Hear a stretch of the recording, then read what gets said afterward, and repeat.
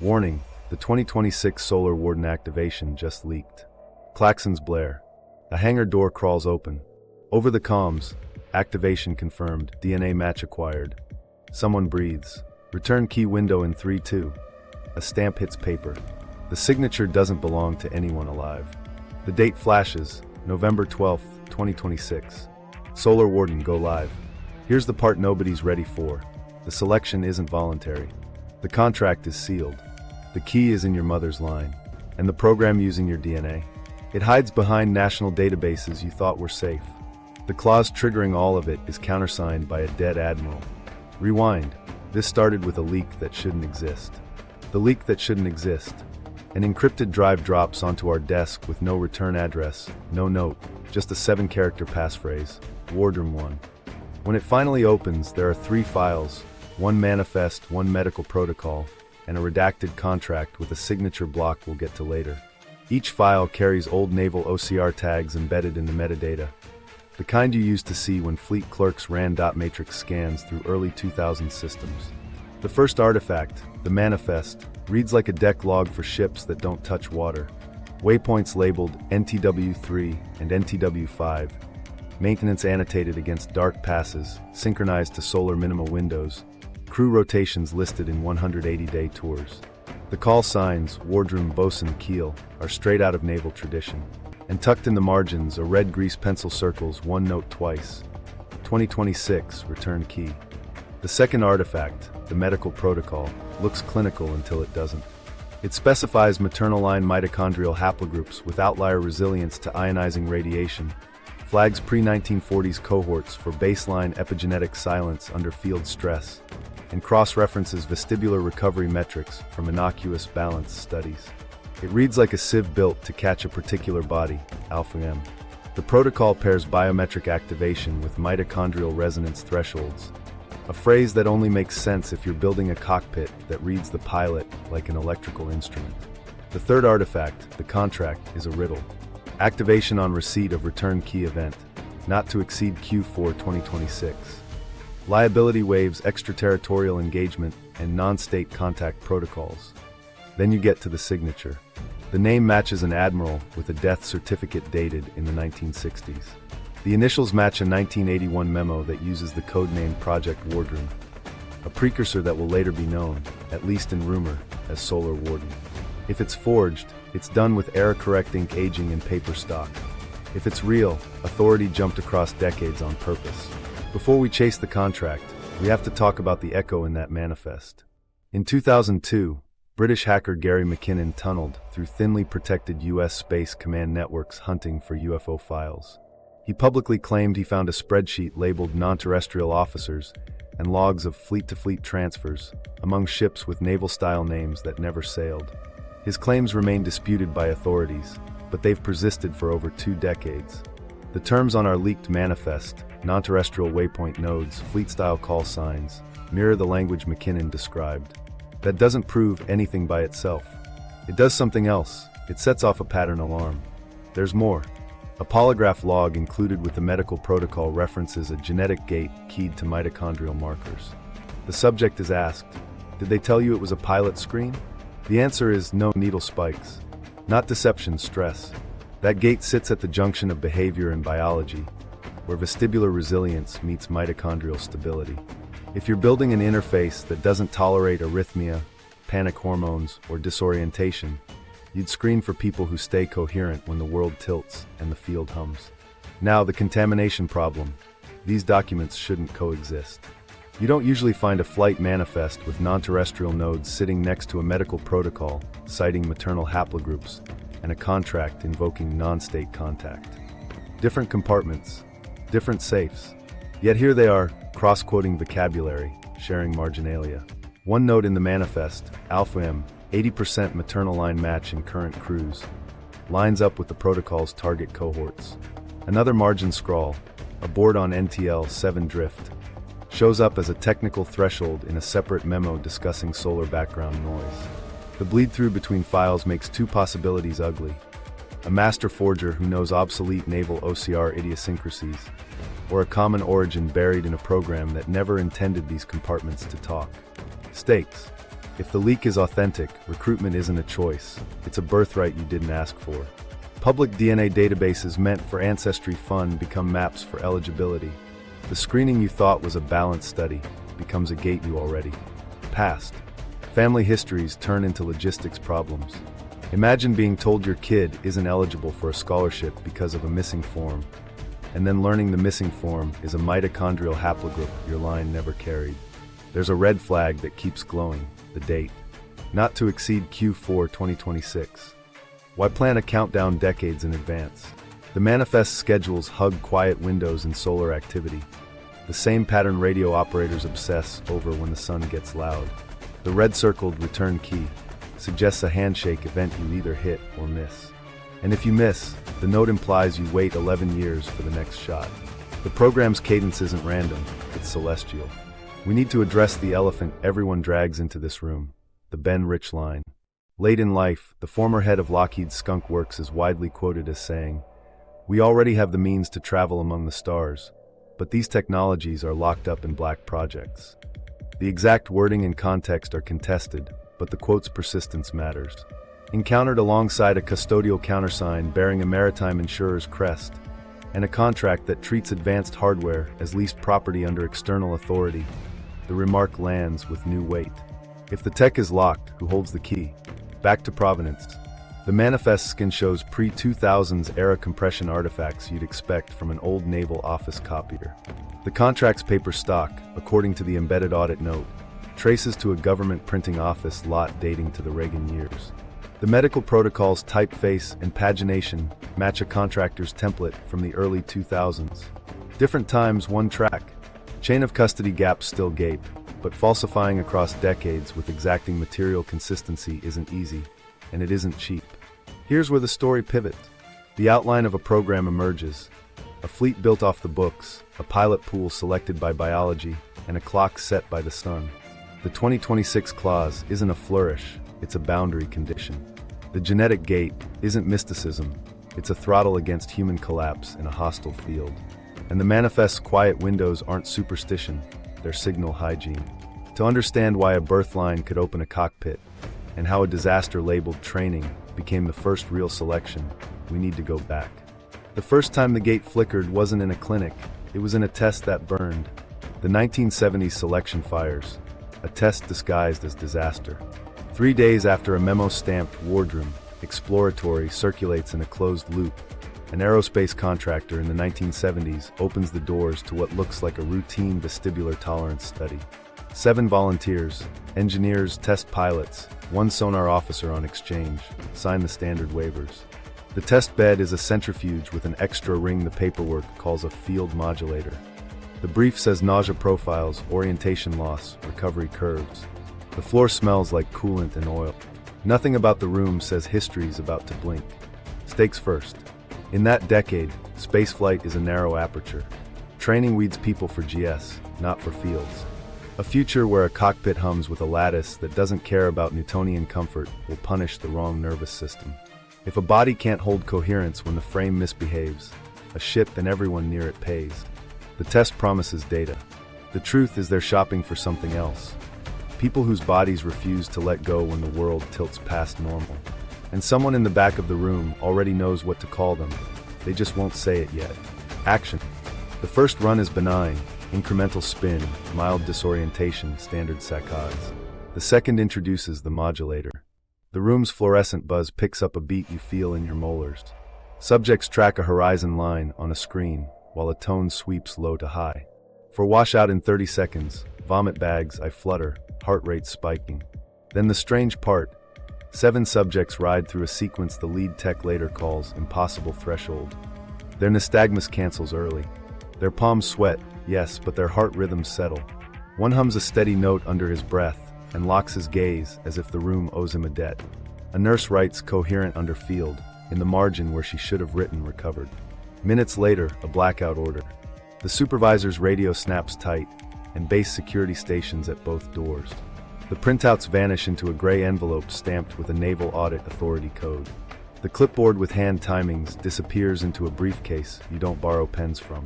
One subject is told to sit tight for follow-on diagnostics. His wife calls at noon.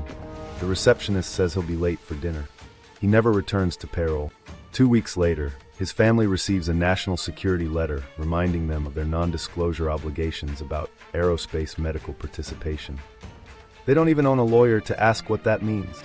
Meanwhile, something else was happening in the language.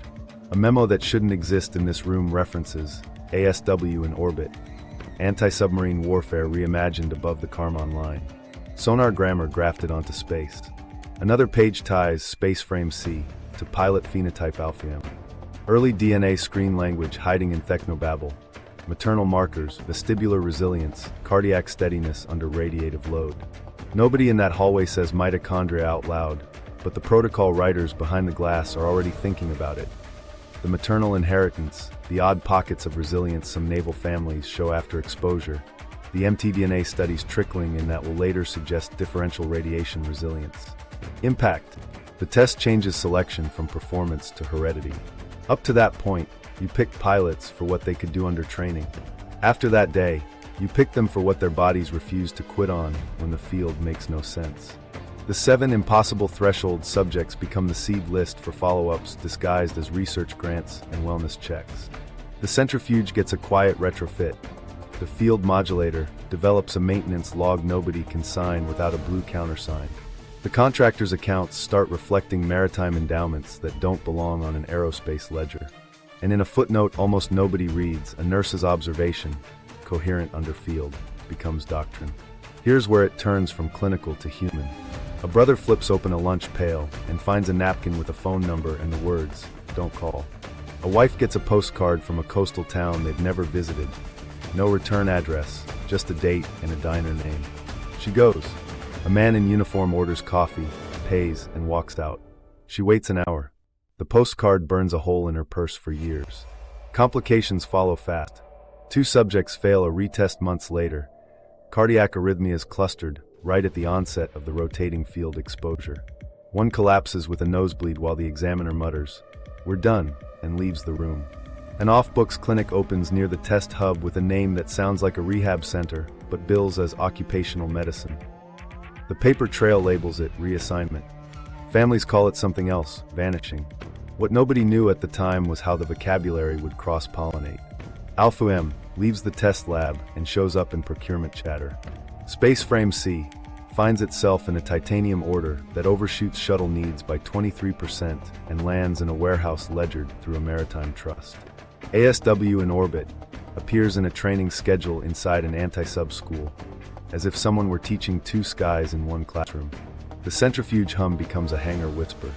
The human gate becomes a hardware argument. This was the moment everything changed. The metric that mattered wasn't who could pull 9GS. It was who could keep a steady heart and a quiet brain when a non-inertial control lattice asked for a dance. The disaster label, there were ambulances, provided cover. The data provided a map. And under the blackout, a pilot phenotype moved from rumor to requirement. To see where those 7 thresholds led, you have to leave the clinic and walk into a building that didn't belong inland. A hangar with cranes curved for hulls, not wings. Hangar 12, hardware that didn't fit Earth. While families were told reassignment, a different ledger started breathing. In the early 1980s, titanium orders ticked upward, quietly, past anything the shuttle stack could justify. 23% over. The surplus didn't land on NASA's books. It flowed through maritime endowments with names that sounded like scholarships for sailors. On paper, it was philanthropy. In warehouses, it was a mountain of alloy too pure and too plentiful for wing spars and tiles. You don't hide airframes in ship language unless the shapes don't look like planes.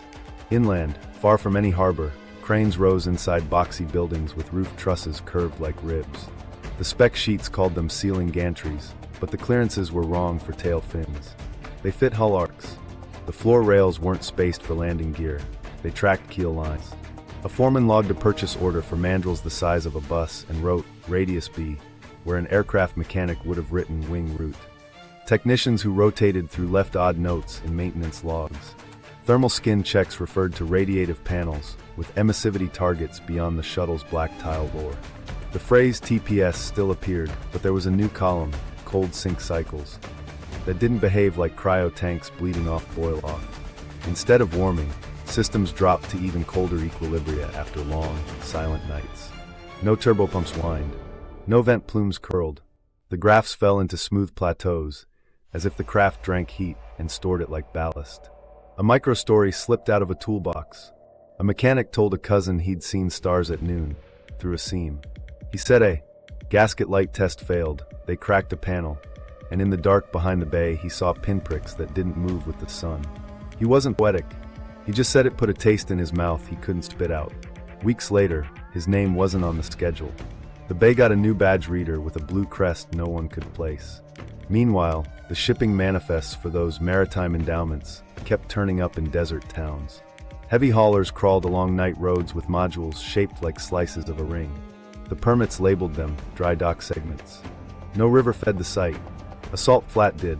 Twice a year, runway lights along the basin edge woke up for 2 nights, then slept the rest of the calendar. The power company logged dips no aircraft movement could explain, sharp, regular, colder than ambient. Somewhere under that slab, the cold sink cycles matched the logs from the inland hangars. People love to wave off procurement anomalies as sloppy accounting. Sloppy doesn't wire cranes for loads that swing like ship hulls. Sloppy doesn't buy marine-grade composites for a research pond that hasn't seen rain. The invoices included anti-fouling coatings tested for brine. The desert doesn't corrode like salt water, unless the real ocean was the thermal ocean above, and someone was worried about a different kind of barnacle, charged particles, and field abrasion. Crew sheets, when they slipped, didn't list avionics bays. They listed wardrooms. Tool lockers were stenciled bosun. The same naval grammar that haunted the manifest lived in these walls. And when technicians fired up a test, they wrote dark pass rehearsal on a whiteboard, followed by a window that matched radio quiet pockets tucked inside Solar Cycle 25's noise. Here's where the titanium number stops being a quirk and becomes a fingerprint. Shuttle-era suppliers remembered NASA haggling ounces. These orders swallowed tons with quiet checks that cleared from a Coastal Foundation boardroom, not Houston or the Cape. The auditors who asked questions got routed to a clause about national sea lanes. The sea was hundreds of miles away. The exemption still shut the door. There's a sentence in one maintenance memo that never leaves me. Panel 7A shows stable emissivity across extended loiter. Recommend replacing edge seals before next dark pass. Extended loiter. Not re-entry. Not hypersonic test. Loiter. That word belongs to ships, to pickets that hold a line and wait for orders. Unknown to the welders, the math on the other side of the wall needed bodies that wouldn't lose rhythm when the lattice came up. Alpha M wasn't a myth to these frames. It was the only way the control seats stayed manned through a dark pass when space hummed like whale song and the craft's skin drank heat until the stars felt closer than the ground. The hardware was real. The shapes fit a sky we don't talk about. So who sits in them? To answer that, someone started an audit. Not of machines, but of mothers. The DNA lock, why mitochondria matter. To understand why a cockpit might care who your mother's mother was, start with the tiny batteries in every cell, the mitochondria. They don't just make energy, they leave a genetic signature that only travels down the maternal line. That line isn't trivia. It changes how your body handles stress, radiation, and rhythm. If a control seat couples to your bioelectric patterns, it's not asking who you trained under. It's asking who you come from. The medical protocol in our leak reads like someone reverse-engineered that question. It flags maternal haplogroups with outlier resilience to ionizing radiation. That isn't sci-fi. Radiation oncologists and mitochondrial biologists have been arguing for years about how mtDNA variation shifts oxidative stress and damage repair. Some haplogroups ride out hits better. Less runaway inflammation, cleaner recovery, steadier ADP output when the cell is under fire. The protocol calls those cohorts baseline epigenetic silence under field stress. Translation: when the field turns on, their stress proteins don't riot. Their hearts don't jump timing. Why does that matter in a ship? Because the interface described in crew medical notes isn't a stick and throttle. It's bioelectrical entrainment with non-inertial control lattices. That phrase only makes operational sense if the control system syncs to the pilot's heart, brain rhythm, and holds it. Lose coherence, panic, arrhythmia, cortisol dump, and the lattice loses lock. The protocol shows correlation tables. Certain maternal line profiles map to stable heart rate variability under rotating field exposure. In one column, Alpha M lights up, repeats across 2 rare haplogroup clusters overrepresented in naval families. It's not favoritism, It's a statistical echo of who spends generations near ships, radars, reactors, and long watches that train a nervous system to hum at a steady beat. Remember those balance studies disguised as DoD grants in the 1990s and 2000s? The leak cross-references their anonymized IDs. Subjects from Alpha M lines recovered from induced disorientation faster, and in a classified add-on, a rotating electromagnetic field was layered into the test.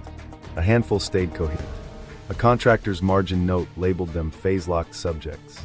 The protocol quotes that term verbatim and assigns it a clearance caveat: you don't stamp on grad school research unless someone flew with it. The science won't make a perfect hero story. Mitochondrial traits don't bless you with superpowers. They tilt odds. Ionizing radiation cooks mitochondria first. The powerhouses stall, reactive oxygen spikes, membranes leak. Some variants hold membrane potential longer, feed calcium handling better, and keep cardiomyocytes from stuttering when the field whispers wrong. The protocol's charts show reduced arrhythmia incidence in Alpha M under simulated exposure. Reduced isn't never. That's why the failures file exists: nosebleeds, cardiac events, a suicide note about stars you can hear. The biology is the luck. It still jams. Here's the uncomfortable pivot: public DNA databases. The protocol's sourcing appendix isn't subtle. Federated ancestry data, voluntary health kits, and service medical baselines feed a heat map, zip codes glowing where Alpha M clusters. Recruiters don't knock with a uniform. They email about fellowships or wellness checks. Final interviews happen on naval property under bland signage. Families leave with non-disclosure agreements bundled with risk notifications. The nurse who whispered Alpha M to a recruit in our microstory wasn't being cute. She was reading a line on a screen tied to a maternal inheritance your grandfather couldn't change if he tried. Now the kicker in the protocol's timeline: post-2000S environmental drift producing false positives. The authors blame background changes, diet, pollutants, even quieter shifts like prenatal stress, muddying epigenetic baselines. The trait they want appears to thin in newer cohorts. The solution wasn't a miracle pill, it was a cleaner screen. The vestibular gate scaled. Cheap, deniable. Run 1 million people through balance research, and the few who phase lock at field onset raise their hands without knowing. Cross-match with mtDNA hits, and your candidate pool narrows to names you can stage in a long weekend. One detail in the interface notes ties this together. Command enablement requires resonance threshold between pilot HRV and lattice carrier under NTL7 background. HRV, heart rate variability, isn't mysticism. It's a measure of how your autonomic nervous system breathes. The NTL7 background ties back to solar noise floors, the same NTL7 noted beside abort on drift in the manifest. If the sun screams, the lattice carrier swims in static. If the pilot's rhythm can't anchor in that, the seat won't hand over control. That's the return key's biological half. The sun's quiet pocket on one side, the pilot's coherence on the other. Miss either, nothing talks. This is where the mtDNA radiation resilience research stops being academic and starts feeling operational. There's historical irony tucked in the footnotes. The protocol cites old Navy medicine on watchstanders and sonar techs. People trained to hold a narrow, unwavering focus in noisy environments. Maternal lines in those communities, over time, show selection pressure you won't see in a suburb far from the sea. Not eugenics, just the long arithmetic of who thrives in cabins with humming equipment and who gets seasick forever. When a secret program goes shopping for bodies that won't flinch in a humming chair, it finds them exactly where you'd expect. In houses with shadow boxes on the mantle and birth certificates that list base hospitals. And now, with consumer DNA databases in the 2010s and 2020s, that search scales quietly under research use. What nobody outside the room was supposed to know is how literal the lock came. Biometric activation didn't mean a fingerprint. It meant the seat itself sensing the pilot's mitochondrial signature folded into their cardiophysiology, then enabling control paths only when the resonance hit a mark. It reads like a key because it is one, and because mitochondria come from your mother, the key's cut was made before you were born. That's why the audit grew teeth. They weren't just looking for skill, they were inventorying families, which leads to a question the protocol never asks out loud. If the pool shrinks each generation, how do you fill seats by 2026? The answer wasn't pretty. The screen widened, vestibular gate hardened, the test and the wellness checks got urged. 3 years after the centrifuge incident got buried under training mishap, a grant cycle opens with a harmless title, balance, and spatial orientation. 3 universities win slices, one on the coast with a Navy liaison, one in the plains with a biomedical engineering lab, and one that always seemed to host defense contractors at graduation. The call for volunteers is normal. Small stipends, motion sickness studies, wearable sensors, eye tracking, a month of follow-ups. The glossy brochure shows a student laughing in a swivel chair. Nothing in the font screams clearance. But the sponsor trail, DoD Shells and Maritime Foundations, says otherwise if you read the footers. Stakes aren't printed, but they're everywhere. If the cockpit interface needs a nervous system that holds rhythm when the room fakes gravity and the field hums, training won't save you. You either phase lock or you don't. The vestibular gate wraps that truth inside academia. It's behavioral, cheap, and deniable. No one signs a pilot contract. They sign a consent form for postural sway data and walk into a room that tests a body for a job it will never be allowed to decline. Action starts simple. Day 1. A powered chair turns at set rates while participants touch their noses, track a laser, and press buttons when tones change. The technician whispers "good" and again. Cameras watch microseconds. A metronome ticks through headphones. Then a classified add-on slides in under an IRB amendment with redacted sponsors. The chair's base now holds coils that emit a rotating electromagnetic field, just under a disclosed threshold. Subjects don't know that part. They just know the blink tests feel different when the coil warms and a low note hides under the hum. Most people wobble. The graphs stack like messy handwriting, lagging pursuit, overshoot, nausea spikes. But a handful clear the fog in seconds their own team can't explain. Their nystagmus cancels early. Their postural sway narrows to a line. Their finger taps sync to the metronome, and then, here's the tell, stabilize when the metronome cuts out. The contractor's margin note calls them phase-locked subjects. The term jumps from one university's lab book to another's grant report with matching phrasing, like it was seeded. Meanwhile, something else was happening off-site. A mobile trailer with no university logo parks near the gym. It's kit like a donor blood drive and staffed by nurses who don't wear school colors. Baseline vitals, they say, and they draw more tubes than a balance test should need. Mitochondrial panels get coded to anonymous IDs that aren't as anonymous as the participants think, especially when cross-matched to consumer DNA uploads permitted for federated research partners. Weeks later, an email arrives. We'd like to invite you for a paid follow-up to help calibrate new equipment. The building address isn't campus. It's inside a Navy fence. A microstory lands like a pin on a map. One recruit sits in a white room, no windows, fluorescent wash. A wall clock ticks with an old, loud movement. A nurse sets down a clipboard, and the hum in the floor rises until the hair on the recruit's arm lifts. The room feels like it goes quiet, not silent, quiet like a storm took a breath. He doesn't sway. The nurse's mouth tucks into a line that might be a smile if she let it. She leans and says, almost to herself, "Alpha-M." He asks, "What does that mean?" She says, "It means you're fine." He isn't. What nobody outside the trailer sees is the polygraph log. An independent examiner, hired later, reads a transcript question. Did they tell you it was a pilot screen? Answer.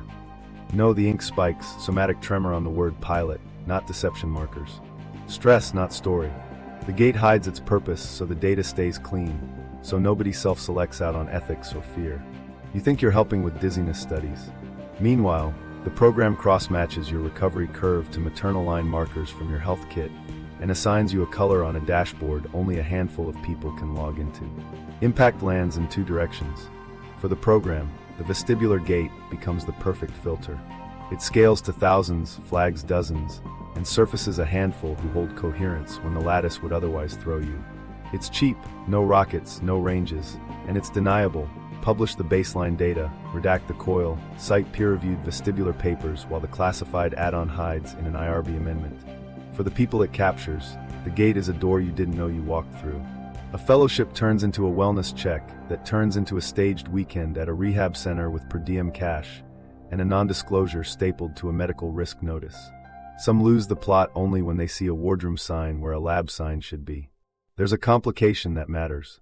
The post-200S cohorts show more false positives.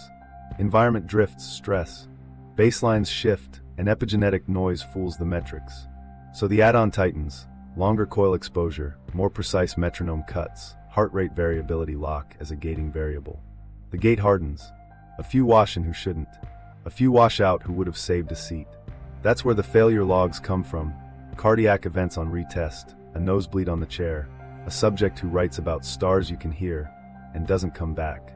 Meanwhile, the vocabulary circulates. Phase locked jumps from campus to contractor to custodial memo. Abort on NTL7 drift starts appearing beside scheduling blocks for follow-ups, as if the sun's background noise can ruin a test the way it ruins a handshake. The vestibular gate isn't a sideshow. It's the human half of the return key, hidden in plain sight, calibrated to feed seats that hardware already waits for. And once you've crossed it, the program stops asking if you'll serve. It starts asking when you can leave. The flight manifest, non-terrestrial waypoints.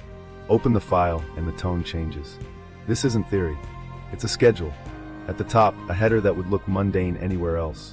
Crew rotation wardroom. Below it, call signs that shouldn't share a page with altitude, N/A. Wardroom. Bosun.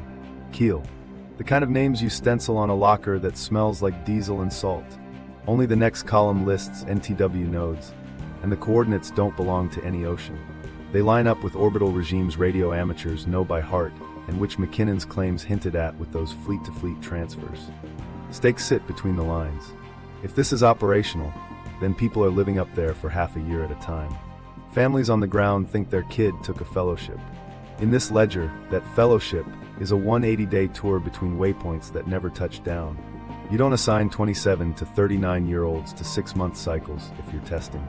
You do it when a presence has to be sustained, even when the sun makes communication bleed. Action runs on timestamps. NTW3, NTW5, a note, elliptical SK above geo ring. Station keeping, not a flyby, not a pass. Holding, the maintenance entries read dark pass prep, then list windows that snake around solar cycle 25's loudest days. Every third line, abort on NTL7 drift, like a mantra to keep you honest when the background rises and the handshake won't hold. Next to it, a return key, 2026 scrawl that bleeds through red like someone pressed too hard with the grease pencil. Now the human angle. Crew ages cluster, 27 to 39. It's a sweet spot, young enough to recover, old enough to have steady baselines. Next column, maternal line match, verified. 8 out of 10 rows tagged yes. Alpha M isn't a rumor in this document, it's a staffing constraint.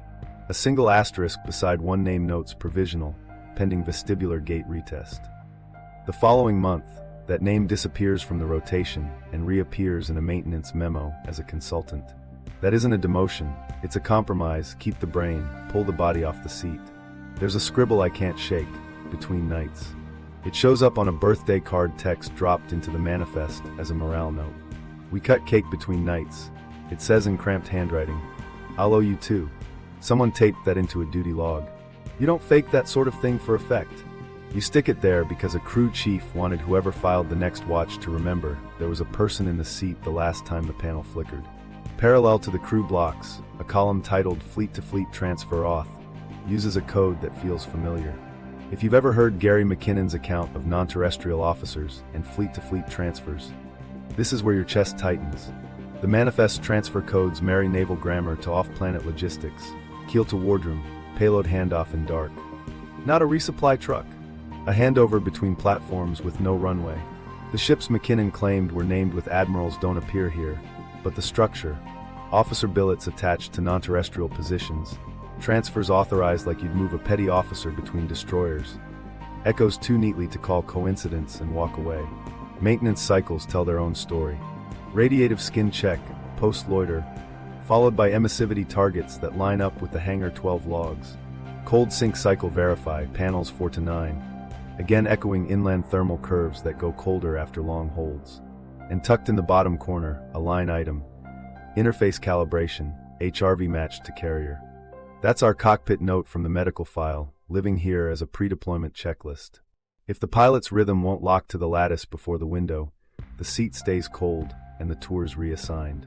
Meanwhile, something else was happening in the timing. Dark pass, windows tilt toward those predicted quiet pockets inside solar cycle 25. It isn't that they avoid the peak, they thread it. Signal hygiene appears in a comment. Bubble, an old radio hands phrase for living with noise by timing your whisper. On 2 missed windows from prior cycles, the margin reads, "No authorization, maintain loiter." If someone's waiting on a countersign from outside, this is where you see the patience grinding people down. There's a section labeled Custodial Oversight, Maritime. It doesn't belong on a flight manifest. It lists a countersign requirement next to a stylized crest you'd expect on maritime insurance paperwork, not orbital ops. The initials match the contract's authority block. Under that crest, Control Interface Seizure Clause on violation. You don't threaten to seize what you don't already partly own. The crews serve tours. The interface's answer to a different key. In the margins, personal notes keep catching. A line, wardroom coffee ration extended morale. Another, bosun reports whale song under slab during pre-flight. It's the same tone drivers heard at the inland dry dock when the floor hummed at midnight. Humor tries to live here. Stars that don't drift, 2 counted over basin, tell comms we named them. The reply days later, names denied. Someone draws 2 tiny asterisks anyway. You can feel the delayed disclosure, little human scrawls hinting at a bigger map you're not supposed to see yet. Impact lands late but hard. You add the 180-day rotations, the ALFAM verification, the fleet transfer authorizations, the maintenance built for loiter, the dark pass choreography, the custodial crest, and that red-circled 2026 return key, and a picture forms. Not a myth, a calendar, a crew life, a legal leash, and a clock nobody in the wardroom controls that says if you miss November 12th, 2026, the key turns somewhere else, and the interface you sit in recognizes a different hand. One last micro-story. A junior ops officer writes a note to their sister. "I'll be late to the wedding," they say. "Tell Dad the sea has 2 skies, I'm learning the second."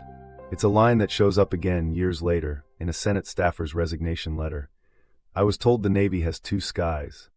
When the same phrase walks through separate rooms, you don't ignore it. You follow it to the clause that makes everyone nervous, and the window the sun will only grant once before it slams shut for another 11 years. Contract 2026, the clause with a dead man's signature. We lay the contract flat and let the language do the talking. Activation on receipt of return key event, not to exceed Q4 2026. That's not a goal, that's a fuse. Then, indemnity for extraterritorial engagement and non-state contact protocols. The phrasing feels maritime, Admiralty law bled into orbit. A subheading reads Custodial Oversight, Maritime, followed by a crest you'd expect on a maritime insurer's letterhead, not an aerospace file. Under it sits the teeth. Violation triggers seizure of control interfaces. You don't threaten seizure unless you can enforce it. The signature block shouldn't exist. The name belongs to an admiral whose death certificate sits in a 190 SAXS county archive. Yet the initials ride the page exactly like a 1981 memo we already cross-matched. Same stroke pattern, same rushed tick on the last letter. Forensics in our packet say the ink's age tracks 4 decades in storage. The paper stock pegs to a government printing office lot used in the early Reagan years. Either someone with era-specific gear built a forgery that fools both chemistry and custody, or the signature isn't about a living hand. It's about an authority that outlived the signer. There are 3 plausible paths. 1. Misfiled identity. A namesake slipped through a bureaucratic crack and wore a dead man's shadow. 2. Ghost authoring. An office used the Admiral's stamp as a legacy instrument long after his funeral, like old notary seals that keep circulating inside a closed fraternity. 3. Legacy authority. A custodial framework empowered an office, not a person, to bind programs across decades, and the Admiral's sign was the mask the office wore. In all 3, the point is the same: continuity outside the normal chain of command. A sidebar labeled Countersign Requirements is the hinge. The countersign is maritime. The crest matches the insurer's mark we saw on the manifest's oversight line. Below it, the clause every operator dreads. Interfaces are property of custodial trust. Operational use licensed under conditions enumerated herein. The fleet you think you built. Legally, it's leased. The return key isn't just a signal window. It's the moment the license renews or reverts. Miss the window, and the trust seizes the keys.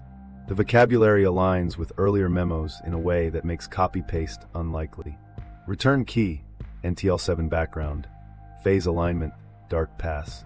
Terms sprinkled across separate artifacts converge here without a style mismatch. That's what you look for when you test provenance. Shared jargon without editorial drift. The contract's footnotes even cite a blue Custodial Authority Guidance Series by number.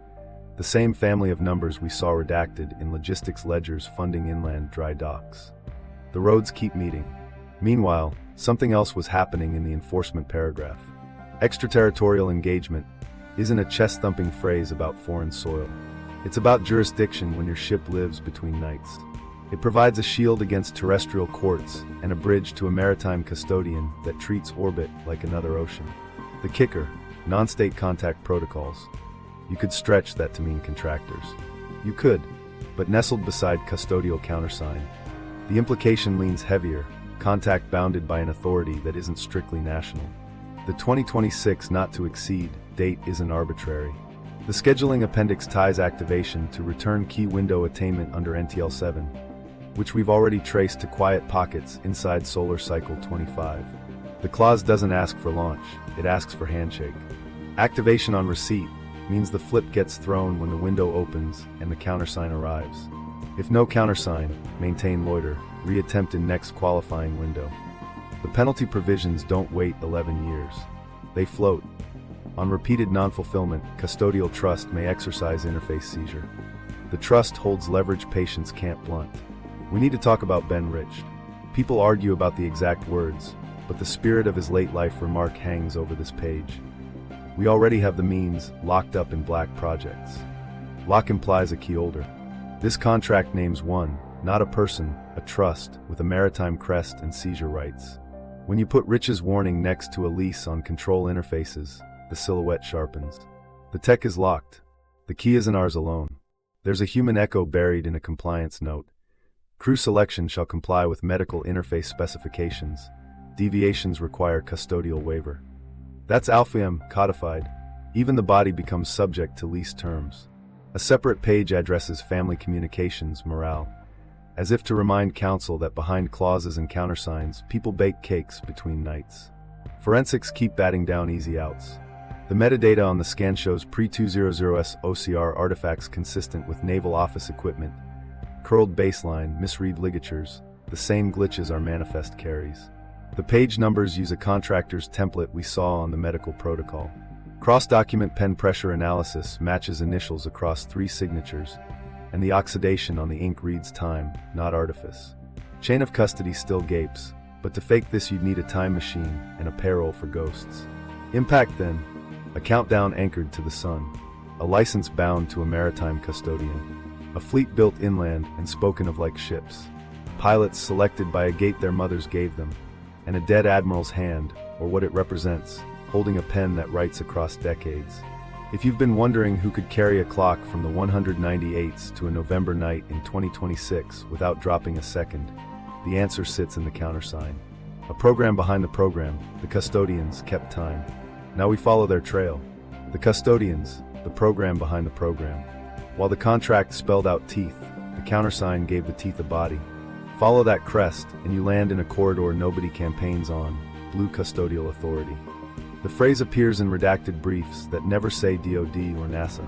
They say Guidance Series, Blue Custodial, then list numbers like waypoints, BC12, BC17. The logistics ledgers that funded desert, dry docks cite those numbers as justification for payments routed through a foundation whose endowments read maritime. Lighthouses, sea scholarships, merchant seaman memorials. On paper, benevolence. In practice, a sluice gate moving titanium and composite by the truckload. Exactly the kind of procurement anomaly that outstripped known shuttle needs in the 1980s. Stakes surface fast. If Blue Custodial isn't an agency but a trust, then elected oversight never held the wheel. The people who sign the checks sit in boardrooms, not hearings. Families who ask where their kid went get a form letter stamped with a maritime exemption about national sea lanes, even when the nearest tide is 1,000 miles away. A 200 Senate inquiry tried to pry at the funding. The transcript pivots on one phrase: sea lanes. The moment counsel invokes it, the hearing moves in camera and never reopens. Action looks like camouflage by familiarity. Training hubs for the program nest inside anti-submarine schools. Class schedules list acoustic analysis on one line and phase stability on the next, as if you teach torpedo evasion and non-inertial interface calibration in the same breath. The language crossover isn't accidental. Navy culture knows pickets, wardrooms, dark passes, and quiet windows. Shift the medium from water to sky, and the grammar still holds. A junior officer salutes an empty chair before briefing, not because they're superstitious, but because the seat belongs to a flag who never appears on rosters and whose authority rides in on blue custodial letterhead. Meanwhile, something else was happening in money's shadow. The inland hangar's utility bills weren't paid by a defense line item. They cleared through a Foundation's research pond budget. Truck manifests for marine-grade composites bore a shipyard code repurposed for a salt flat. The insurer's crest from the contract reappears on a risk assessment for extraterritorial conveyance, as if orbit were just another shipping lane that needed actuarial tables and salvage clauses. One memo uses a word nobody at NASA writes, general average, a maritime doctrine where everyone with cargo on a ship shares the loss if cutting weight saves the vessel. Apply that logic to a fleet between nights, and you get why a seizure of control interfaces feels normal to the people holding the countersign. Human angles keep finding cracks. An aide to a coastal senator quits after a briefing and scribbles a line on a napkin. I was told the Navy has two skies. The staff whisper lingers because it matches what a junior ops officer wrote to their sister and what a recruit heard from a nurse. When separate rooms repeat the same odd sentence, you're not hearing poetry. You're hearing doctrine slipping out of a compartment. Impact shows up where accountability should. If Blue Custodial owns the interfaces as trust property and leases operational use under conditions, then the chain of command in a crisis jogs sideways. A mishap on a dark pass doesn't march straight to JAG. It detours through a maritime custodian with seizure rights and non-state contact protocols. That's how a dead admiral's signature can still carry weight. Authority is stamped into a framework, not a person.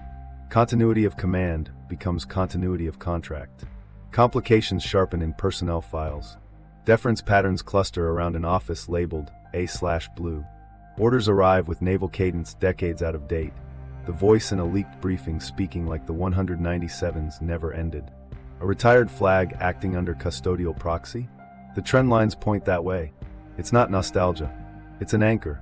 You keep culture steady when the medium changes by planting an old keel in a new hull and calling it A/Blue. There's one more paper echo. A 198's GPO lot number from the contract's stock resurfaces on blue custodial guidance sheets. Same watermark filament count, same batch.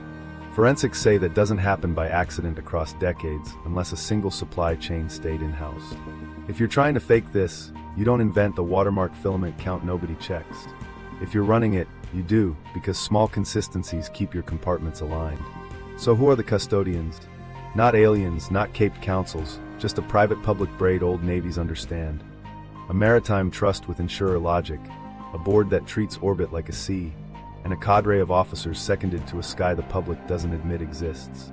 They pay for docks and deserts, fold recruits into wellness checks, and time activations to quiet pockets the sun affords.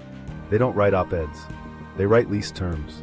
And in November 2026, if the countersign arrives on NTL7, they expect the return key to turn because they built the lock, trained the hands, and own the interface the hand will touch.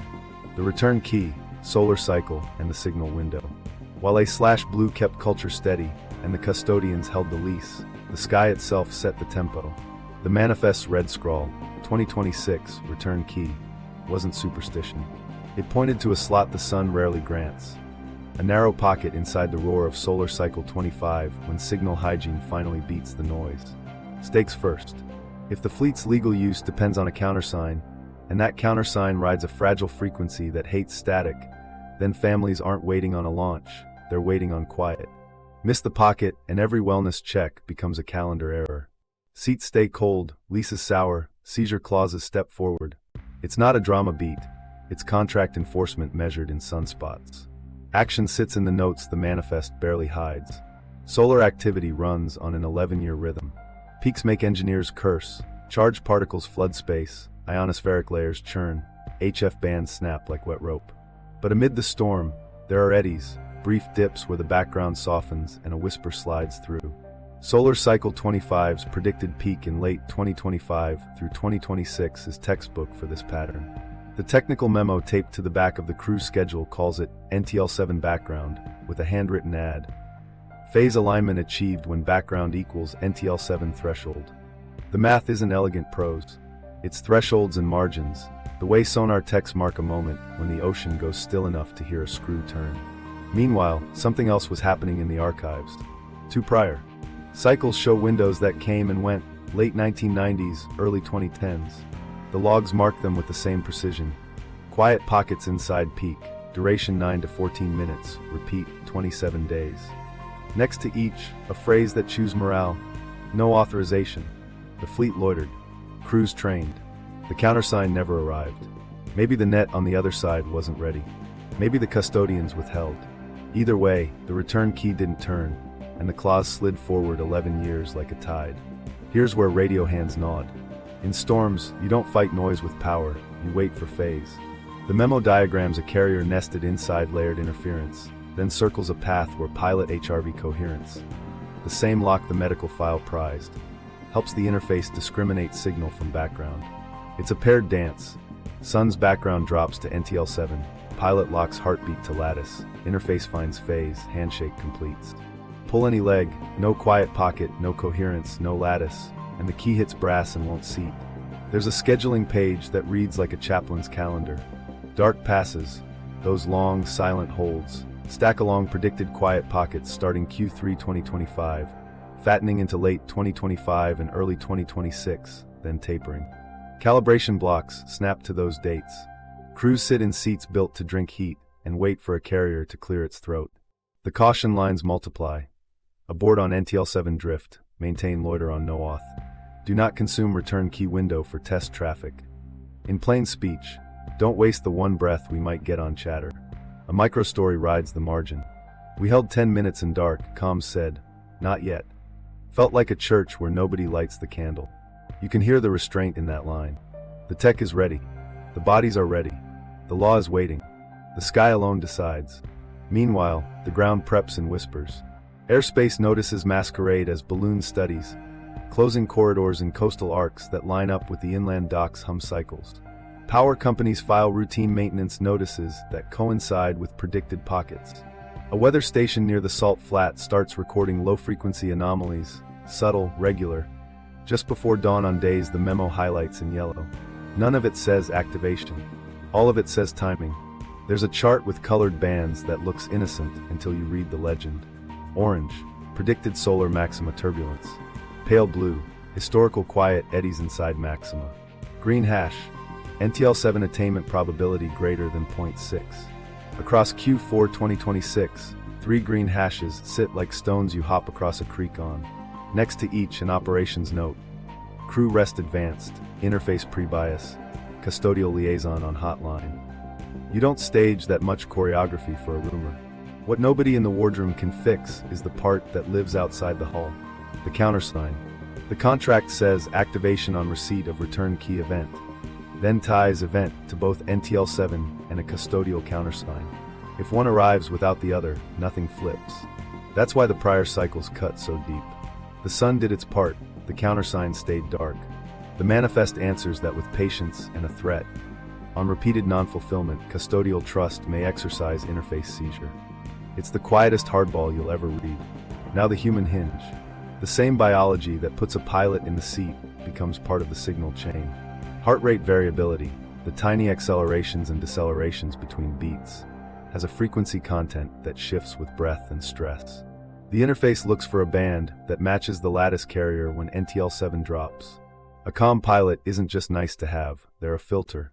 That's why crew psychologists brief coherence holds like their weapons checks. It's not meditation class, it's comms discipline with your own body. In the aftermath of missed windows, the memos get terse. Maintain loiter. Do not burn cold sink budget. The cost of waiting is material. Panels age, seals fatigue, titanium remembers every thermal breath. But the cost of rushing is worse. Burn a pocket on garbage traffic, and you buy 11 years of silence with a single mistake. The return key clause was written by people who sailed in storms. They knew when not to shout. So we arrive at the date stamped in ink that chemistry says is old. November 12, 2026. Not mystical. Probabilistic. A green hash with a custody clock behind it. Families won't see a rocket. They'll see wellness checks, per diem envelopes, and a sky that hums lower than usual. And somewhere above the basin, 2 rhythms, one from a star, the interface, chest, why they need try to meet in the bodies and make a lock. To see why the seat cares who you are before it cares what you've flown, read the line that keeps coming back.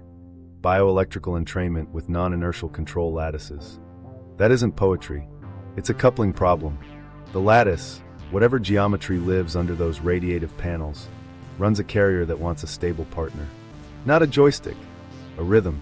If the pilot's internal timing holds, the interface hands them authority. If it slips, the seat rescinds it like a bank flagging a bad card. Crew medical notes spell it out without metaphors. Heart-brain coherence, measured through heart rate variability, correlates with interface stability under rotating field exposure. In lab speak, the seat looks for a narrow band where your heartbeat and breath settle into a pattern that keeps your autonomic nervous system from lurching. That pattern is easier to sustain in some bodies than others, and the difference traces back to the mitochondria powering every cell that has to ride the field without throwing sparks. Mitochondria don't just crank out ATP. They set thresholds for how cells handle stress, ionizing hits, and calcium flux that drives cardiac timing. When ionizing radiation rises, membranes leak, reactive oxygen surges, and rhythm gets noisy. In those moments, the cockpit needs the opposite: clean timing, low noise, steady power. The medical files charts show a blunt trend.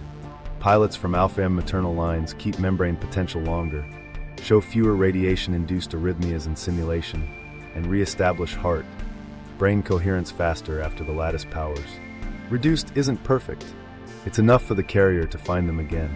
Meanwhile, something else was happening in the interface bench tests. Engineers ran pre-bias routines before dark pass rehearsals, nudging the lattice to meet the pilot halfway.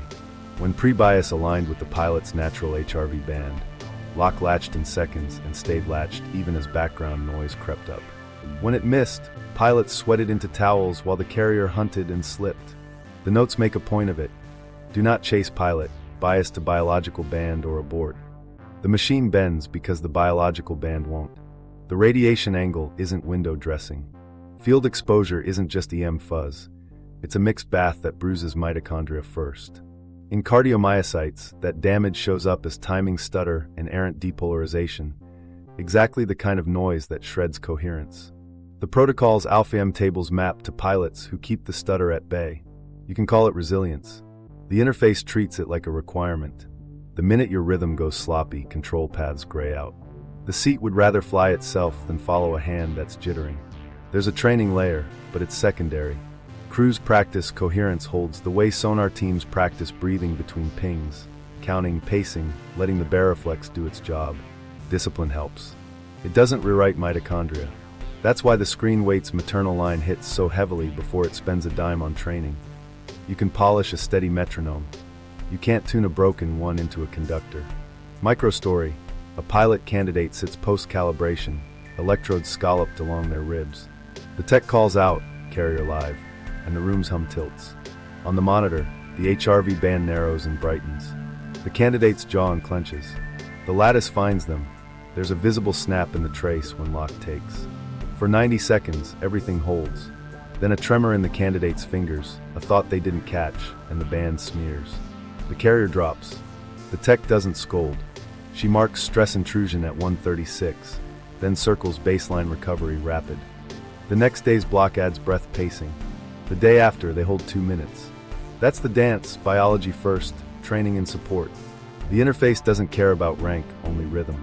That's why you see asterisks in the manifest.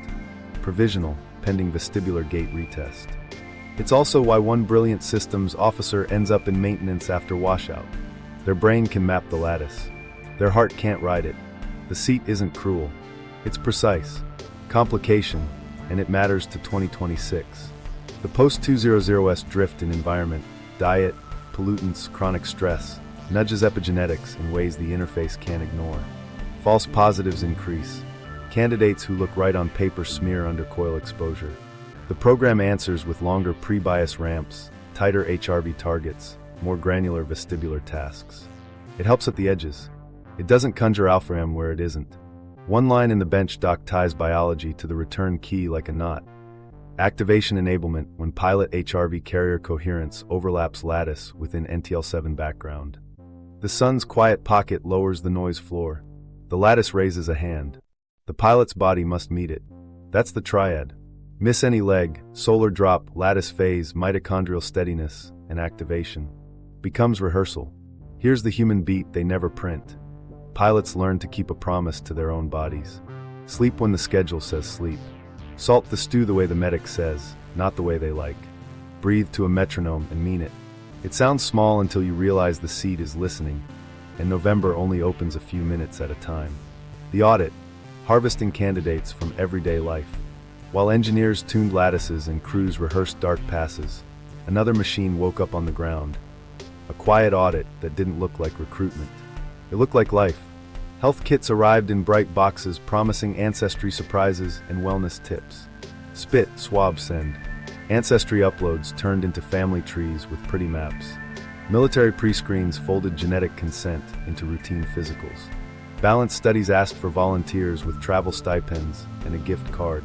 Each funnel emptied into the same place. A heat map lighting up Alpha-M clusters like constellations in neighborhoods where nobody thought they were on a list. Recruiters didn't wear uniforms. They wrote emails about fellowships, resilience labs, executive leadership intensives. The branding was all soft edges and rounded fonts. You've qualified for Phase 2, the note would say. We'd love to meet you in person for a paid on-site evaluation. The address never read base. It read center, and the sign out front had a WAVE logo and a mission statement about health. Guards waved them through with smiles. Phones went into lockers. Clipboards came out with medical disclosures stapled to non-disclosures thinly disguised as privacy agreements. Inside, the audit got clinical. Vitals, blood draw, eye tracking, gait analysis. A chair with no wheels, a table with no drawers, a floor that hummed when no one pressed a switch. Nurses wore plain scrubs and the same thin smile. When a candidate steadied faster than the chart said they should, the nurse made a pencil tick no one named. If a heart trace rode smooth through a coil warm-up, a second technician slid in and asked about family medical history, with an odd focus on maternal aunts and grandmothers. The conversation felt like small talk. It wasn't. Families met the audit at the mailbox. Long white envelopes bore clinic letterhead and dense paragraphs about elevated occupational risk indicators, paired with confidentiality clauses. There was always a number to call that rang to an office with the hum of a server room in the background. On the second page, a per diem voucher sat folded next to staging instructions. Pack light, 2 changes of clothes, no jewelry, no laptops. Travel cash, not a digital card. Old school bills like you'd hand a sailor. A microstory puts skin on it. A grad student gets tapped after a campus balance study. She shows up at a wellness center near the coast. The waiting room echoes like someone scrubbed it too clean. After the vitals, a nurse lowers her voice and says, almost like an apology, Alpha-M. The student laughs. Is that a vitamin? The nurse doesn't laugh. It means you're fine, she says. Fine turns into a weekend behind a badge reader, where doors open on a white room that hums and a metronome that starts and stops at the wrong moments. Ethics twisted around logistics. Consent forms stacked with jargon about identified research use and public benefit exceptions. Lawyers had thought through every angle but the human one. Parents signed because the letter said risk and monitoring, and used the word voluntary 5 times in 2 pages. Voluntary meant it's already done. The balance test was the gate, the envelope was the path. Saying no turned into follow-up calls about ensuring continuity of care, then a quiet home visit from a program liaison with a voice that never rose above a whisper. Meanwhile, something else was happening in plain sight. Ancestry platforms rolled out family health features. Uploads surged. Fine print expanded to allow federated research partners to access the identified datasets. Those partners shared an IP block with a foundation that funded lighthouses and maritime heritage. A custody line you'd miss if you weren't looking. The audit didn't need warrants. It needed your curiosity and a coupon code. On the military side, pre-screens added a balance and orientation station to basic intake. Most recruits thought it was about flight school dreams. For a handful, it was a second pass through the vestibular gate. Cross matches with prior health kits lit yellow boxes on a dashboard tagged A/blue. When both hit stacked, maternal line and phase lock, a name rolled into a queue labeled consolidation. That's when the letters got warmer and the envelopes got thicker. A driver's story bleeds through. He hauls marine-grade composites to a research pond in the desert. At the dock, the slab hums, and low tones climb up his shins like a moving tide. 2 weeks later, his niece receives an envelope with the same crest. Stamped faint on the flap. He connects the dots only in the way families do. through a gut feeling and a song that won't leave his bones. The audit's brilliance was its deniability. Health data from you, balanced data from academia, pre-screens from service. Fold them together in a room that hums and call it wellness. If you balked, you weren't disqualified, you were deferred. If you refused on principle, a liaison showed up with a national security letter that leaned on words like obligation and patriotic. Some people signed and slept fine. Others signed and didn't. The cost hid in kitchens and living rooms. NDAs sprawled to cover cousins. Family chats went silent. A birthday slipped past with a card from between nights. Parents kept rooms ready because staging instructions said, no notice departures possible. The audit didn't just harvest candidates. It conscripted families into silence, so a fleet could keep its rhythm and meet a window the sun would only give a few times before it moved on. The failures, what they buried. The gate worked until it didn't. The first sign lived in a logbook note nobody meant to keep. Retest aborted, subject pale, rapid onset epistaxis. Nosebleed. The examiner's pen lifts, then a hand adds, refused to continue, and underlines it twice. This wasn't motion sickness. This was a body saying no when the coil warmed, and the room went into that hush that made steady people steady and shook the rest loose. Stakes turn real here. If Alpha M and phase lock were the map, the failures were the contour lines, the places the terrain falls away. Casualties prove a program's reality in a way budgets can't. Families don't weep over line items. They weep over empty chairs and instructions not to speak. The incident clusters in our leak tell a pattern you don't get from rumor. Cardiac events pinned to the first 90 seconds after rotating field onset. Heart rhythms skipping like a scratched record while the carrier hunts for a lock it can't hold. Action in one case file reads like a fire drill in slow motion. A candidate sits for a retest after a near miss in calibration week. Good enough to keep, not good enough to fly. Coil temperature climbs. The metronome cuts. The candidate's eyes fix, then flutter. The ECG trace wobbles from clean peaks to a messy smear. A tech calls hold. The chair spins down, but the hum under the floor doesn't. The candidate lists mutters stars, then clamps both hands to his ears. Blood dots the floor from his left nostril. The examiner, the same one whose polygraph addendum later shows a tremor across dead Admiral, pushes his stool back and says, "We're done," like a prayer, and leaves the room. The nurse, same thin smile as always, stays and dabs a lip with gauze. On paper, vasovagal response. Off paper, a name scratched off a manifest and moved to a clinic with a door nobody photographs. Meanwhile, something else was happening with the people who said no. Refusals didn't cancel a file, they changed its routing. Reassignment appears as a euphemism on hospital letterhead that belongs to nobody's local network. The clinic names sound innocuous: Acacia Center, North Basin Occupational, and bill as occupational medicine. Inside, the rooms have the same hum and a stricter metronome. Consent forms thicken. Families get calls about supporting your loved one's transition, which would sound kind if the caller didn't pause after transition, like they were tasting the word for the first time. A micro story from a sister sharpens it. Her brother loved radios as a kid, heard patterns in static. He aced the vestibular gate, then stumbled on a retest. 3 weeks later, a note arrived on a torn page from a legal pad. You can hear the stars if you breathe wrong. She kept it in a Ziploc bag like a relic. When she asked what he meant, he said the hum followed him home. At night, he'd sit on the edge of the bed and press his palms to his temples and count. He didn't get to the end of the month. The family received a condolence visit and a non-disclosure addendum expanding coverage to extended kin. The failures don't stop at bodies. An examiner adds a handwritten postscript to a polygraph file. Subject nosebleed mid-block, terminated session. The graphs aren't the jagged ladders of a liar. They're the tremor lines of a person reliving something their autonomic nervous system still thinks is happening. He refused to test that day not because the whistleblower lied, but because a line got crossed his training couldn't sand down. Forensics nibble at denial's edges. Emergency room intake notes near test hubs spike on days the inland dock hums. Diagnoses float: syncope, arrhythmia, idiopathic vestibular dysfunction. ICD codes spread like a camouflage net. A FOIA-shy ambulance contract routes to a shell subsidiary of the same maritime foundation that paid for cranes curved like ribs. If this were a hoax, it would be tidier. Hoaxes love spectacle.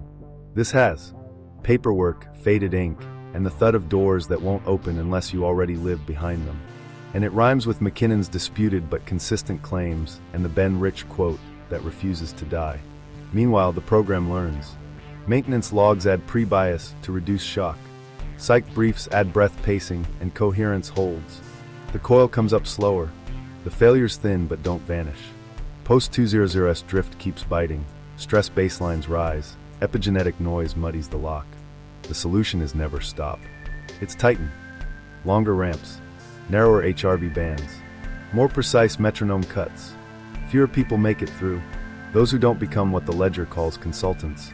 What families call changed. Impact settles with a sentence the manifest never prints.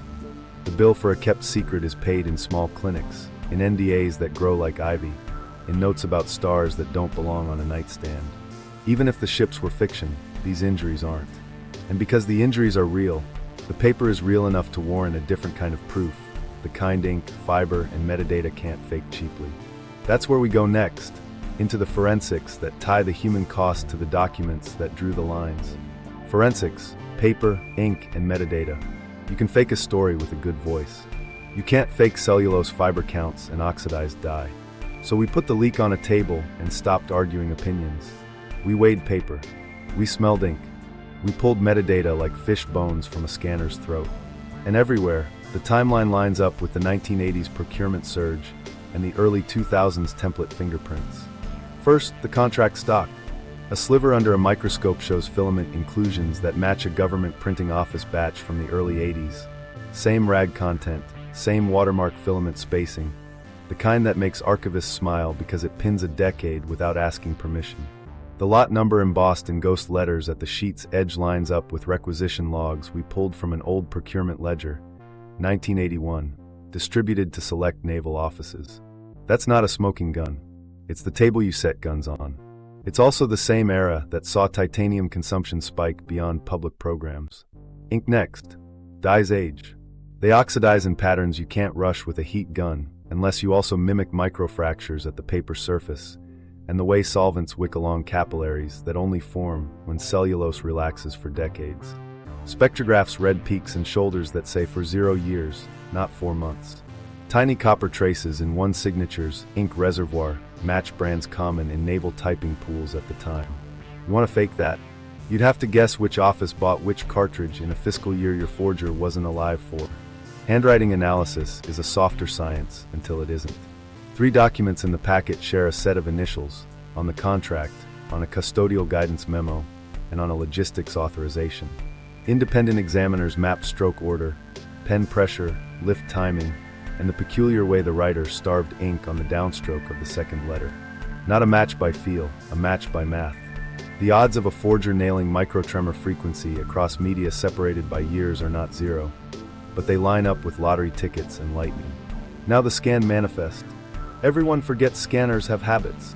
Pre-200 naval office equipment left artifacts, baseline curl, specific OCR ligature errors, a faint banding pattern at 300 dpi that arrives at 12 mm intervals because a belt slipped on a production line once and 1,000 machines carried the flaw forward. The manifest's metadata carries that banding. The OCR layer misreads wardroom as wordroom, in a way archived naval scans from that era also do. A small tell that supports provenance without needing belief. The XIF block shows a firmware string tied to a model that never sold retail. You can emulate, but you don't usually emulate mistakes. On the medical protocol, the font tells a story. A contractor's template embedded in the PDF references a layout package version published in 2001, patched in 2003. The kerning tables bear an idiosyncrasy that was fixed in 2004. The protocol has the bug in the patch. Somebody made that doc when the world used that software, not last week in a basement with a cracked copy. Chain of custody is where skeptics always stab, and they should. Ours is not pristine. A whistleblower touched the drive. A journalist touched it next. But the islands between those hands held terrain we could survey. Hashes on interim backups matched. Timestamps landed when they should, with daylight-saving hiccups that anger IT and please historians. A gap remains between the original printer and the first scan we hold. That's the gray.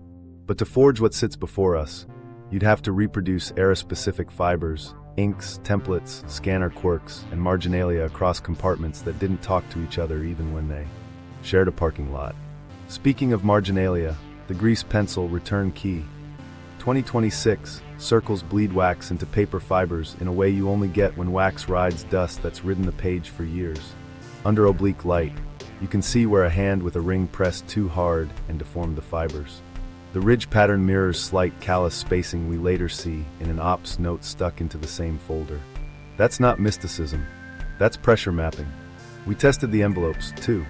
The staging letters to families used a windowed stock with a gum line formula discontinued after 201 because it failed under human storage. The gum here fails the same way, bubbles, lifts, reseals ugly. The crest watermark blends into the window edge with an offset that shows a plate strike drift on a model of envelope press out of service since 2009. If someone assembled these last year, they went shopping in a supply closet locked for 15 years. Tiny Tell Stack. Staple corrosion blooms at rates that match coastal air exposure, not a climate-controlled room. Paper edges feathered differently on sheets cut with a dull blade at the Foundation's in-house print shop than on NASA's shears. Our edges match the Foundation's documented artifacts from unrelated pamphlets. A custodial memo uses general average correctly and cites a case number that, when checked, is real maritime law from the 50s, the kind of niche knowledge hoaxers Google wrong. Then we let independent labs try to break it. Find the forgery, we said, and paid them to hate us. They didn't bless the story. They blessed the objects. They underlined the gaps where provenance fades and circled the places you'd need a time machine to counterfeit. So impact, without pyrotechnics, we have enough converging, era-specific, cross-document fingerprints to treat 2026 like a live fuse, not a campfire ghost story. Paper and ink don't care what we want to be true. They just tell us where they've been. And every place these pages have been points toward a hangar that hums, a wardroom between nights, and a clause that's almost out of calendar. Act 2. Investigation/evidence, the activation plan. We finally get a plan that reads like an op order instead of a ghost story. 3 phases, bland names that hide sharp edges. Quiet recall, crew consolidation, interface calibration. Each phase sits on a calendar already inked with those NTL7 green hashes. If you're watching at home, this is how a hangar that hums becomes a fleet that moves without anyone saying launch. And it's how a lease gets renewed without a press release. Quiet recall looks domestic. Family medical reviews. It says, masked as wellness checks. The memos assign zip codes that glow on the Alphium heat map and schedule home visits within 72 hours of predicted quiet pockets. Nurses are the spear tip. They carry per diem cash in envelopes, old school. The way Maritime makes payments when it wants no plastic trail. There's a script, reassure, schedule, close. A liaison hovers a step behind with a folder that includes a National Sea Lanes exemption paragraph in case anyone mentions lawyers. Meanwhile, something else was happening in HR's shadow. Employer notices frame absences as rehab participation, with return to work dates stamped 2 weeks after a pocket closes. That language mirrors the wardroom's 180-day tours in miniature, a short, deniable absence before the long one. The recall memos route through a /blue for deconfliction, and the initials look like the same hand from the contract's countersign table. Crew consolidation shifts the ground under people's feet. The orders stage candidates at 2 coastal rehab centers that share a fence line with Navy property. Badges read Foundation, not DoD. Inside, rooms hum and clocks tick loud. The schedule is all drills. HRV breath holds at dawn, vestibular coils at noon, coherence checks at dusk. Consolidation memos track failure rates in pencil in the margins, like someone doesn't want a digital system remembering where bodies faltered. A microstory lands here. A mother walks her son to the intake door. The coordinator hands her a manila envelope with travel cash and a number to call if plans change. He turns once. She mouths, 2 nights? He nods. She gets 3 phone-free days, a postcard from between nights, and a gap where rehab becomes a word you can't ask questions around. Interface calibration levs where the contract's teeth meet the sun's window. Calibration blocks snap to predicted NTL7 pockets. The memo headings switch to red, and a crossout sits like a scar. Abort on NTL7 drift. That phrase walked out of the manifest into this schedule without losing a letter. The room routines slow down for this phase. Pre-bias the lattice. Match HRV band. Hold coherence through a metronome cut. If the floor hum deepens and the HR trace holds bright, the box beside ready gets a slash. If it smears, ret ask appears and an asterisk moves next to a maintenance. Billet. There's a logistics layer under the drills. Airspace notems pop with balloon studies, closing corridors that conveniently arc over the inland docks night cycle hums. Power companies file maintenance windows matching calibration blocks. Signal hygiene. A comms officer scribbles, as if reminding himself not to say radio in a room that doesn't. The most honest line in the deck is quiet. Do not consume return key window for test traffic. You can feel the restraint. Crews train at the edges. The center stays empty until a countersign arrives. 2 pages later, custodial liaison, present anchors every calibration week. The crest with maritime ropework sits in the footer like an old coin. Stakes thread every paragraph. Miss a recall, lose a seat. Misconsolidation, lose a crew. Miscalibration, lose the lock.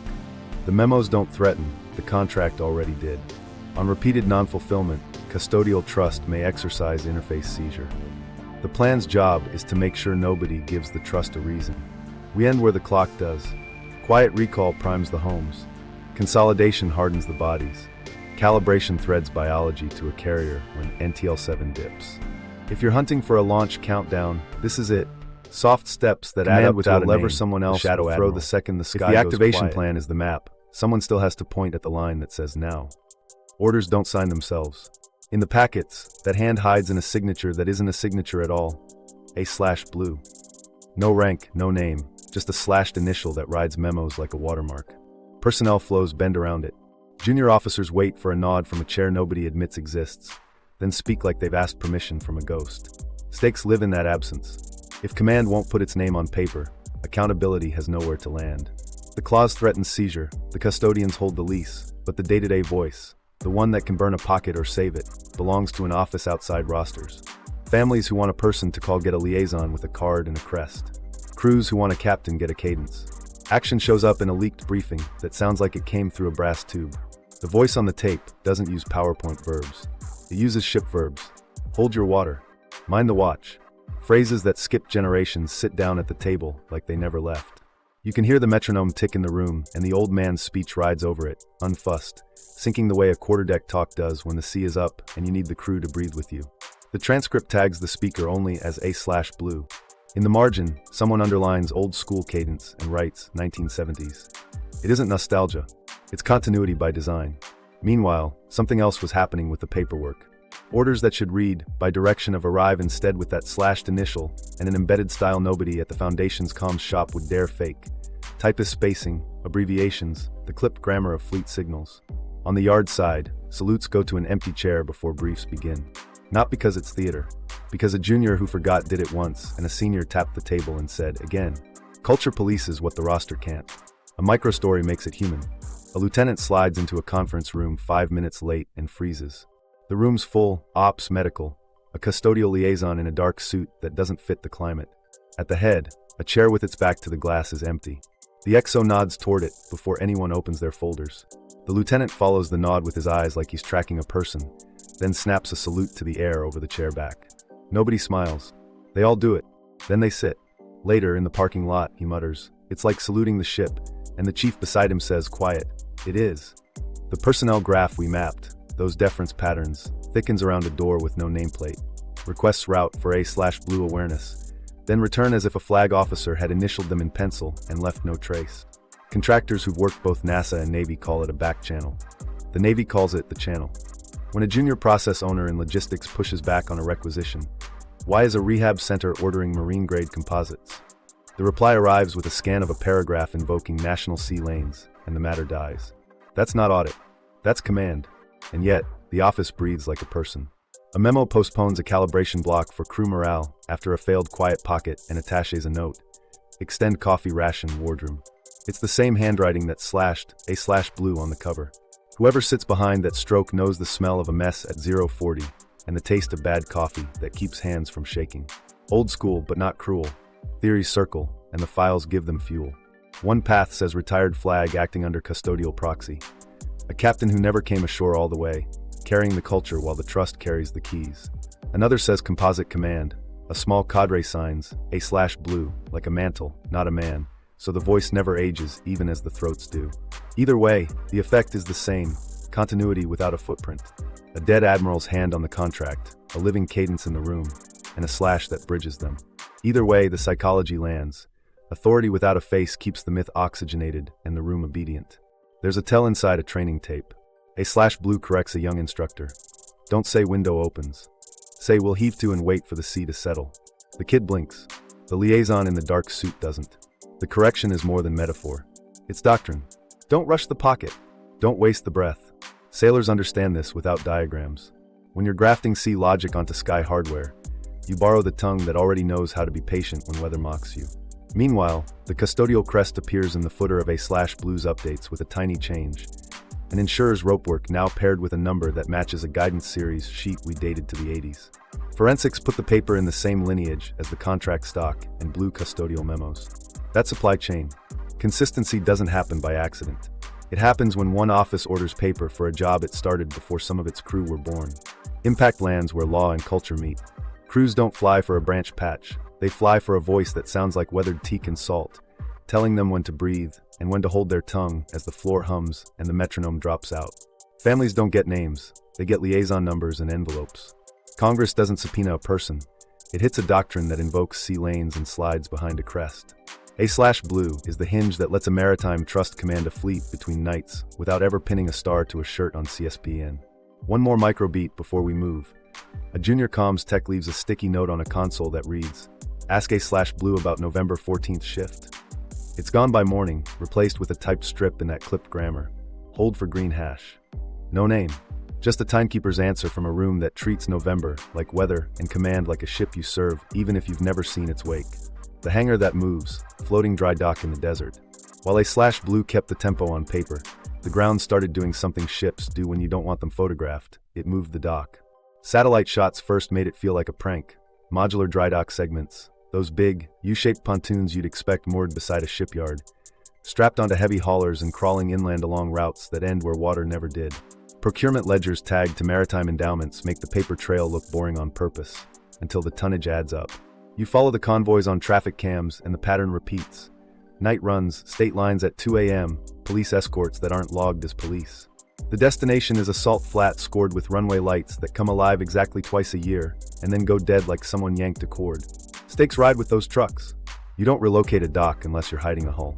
You don't build a runway to nowhere unless you plan to move mass under a sky that needs darkness more than it needs applause. If this floating yard found land, then the fleet we've been reading about doesn't live in bays or hangars. It berths on a slab that drinks heat and hums, and it can fold itself up and vanish if the wrong eyes linger. Action in the basin never looks like launch day. Thermal imagery says more than anyone with a badge will. The slab shows cold sink cycles that bite deep, pre-dawn squares of blue that hold longer than asphalt has any right to, then warm back up while nothing with wings ever leaves a shadow. You see panels cycling at the edges like gills. Sections 4 through 9 going cold, then colder, then blooming back to ambient as if they'd just sunk heat from a system that won't admit it was awake. Truck manifests don't say space frame. They say marine-grade composites routed to a research pond that's never had water. Crane specs list capacities and radii that match hull curvature lifts, not airframe wingspans. Overhead trusses arc in segments, not straight lines. The kind of geometry you bolt together when the thing you're lifting is long and rounded and hates right angles. On paper, it's a materials test site. On the ground, it's a shipyard without a shore. A micro-story from a driver tightens the knot. He drops pallets beside a building with no windows and a door that bounces sound back into your teeth. Midnight, he steps out to smoke and hears tones under the slab, low, long, layered like whale song if the ocean were made of concrete. He finishes the cigarette without drawing breath right because the tones climb up his legs. The guard in the kiosk hums the same note under his breath like it's just another Tuesday. Meanwhile, something else was happening above the basin.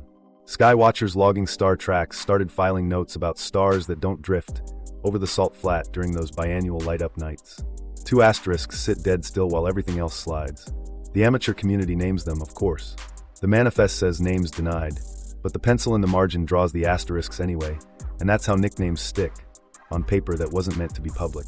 Tease first, tell later. The channel's best outliers swear by it, and so do wardrooms. The inland utilities ledger reads like a joke until you run the numbers. Power dips align with balloon study NOTAM corridors that angle just right to shepherd stray eyes wide of the basin. Water usage spikes during cold sink cycles, then drops to desert parsimony. Insurance filings for the site mention extraterritorial conveyance risk, and carry the same ropework crest stamped on the contract's custodial page. You don't buy that rider for forklifts and forklifts alone. There's a construction quirk that makes shipbuilders nod and pilots blink. Floor anchors are set in a grid that doesn't match any airplane tie-down pattern.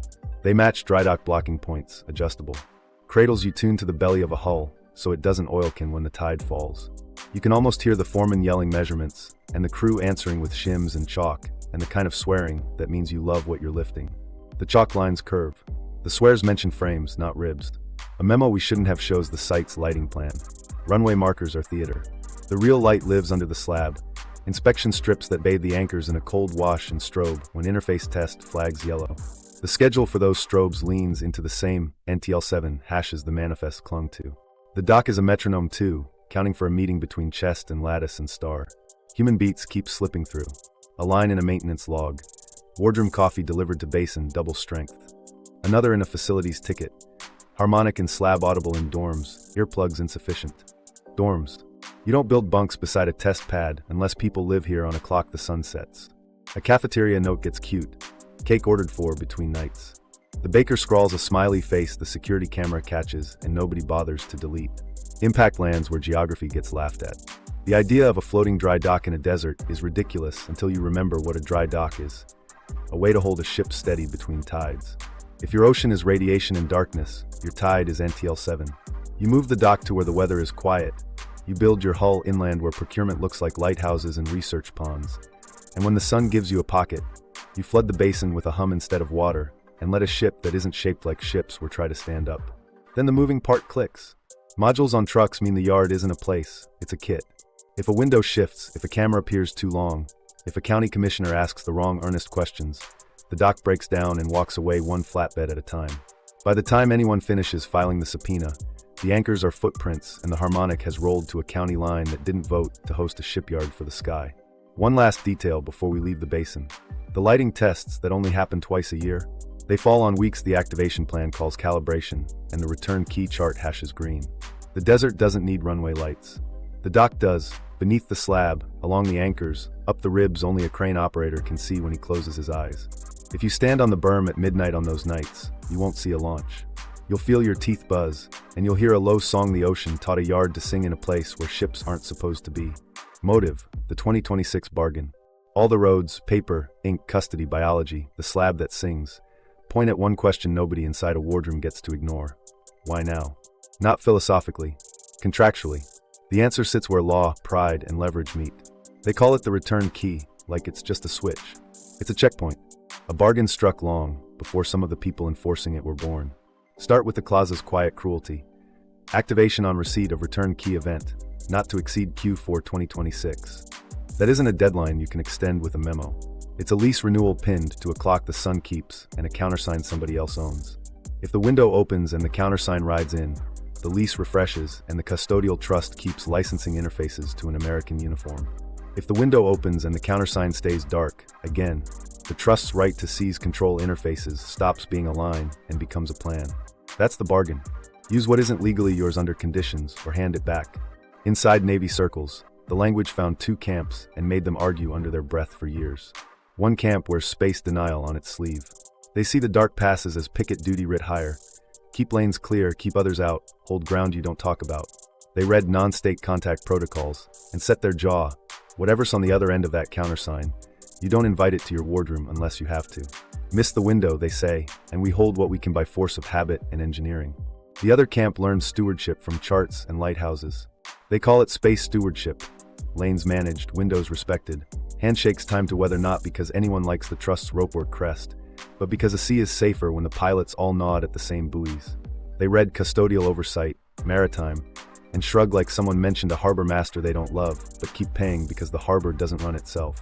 Meanwhile, something else was happening in rooms that smell like policy instead of oil. The Custodians' guidance talks about reversion. Miss enough return key events, and you don't just lose the right to sit in the seat, you lose the ability. Interfaces can be seized without crossing your fence line if the seizure rides the same path. Countersign would, down a channel carved into the lattice when lock takes.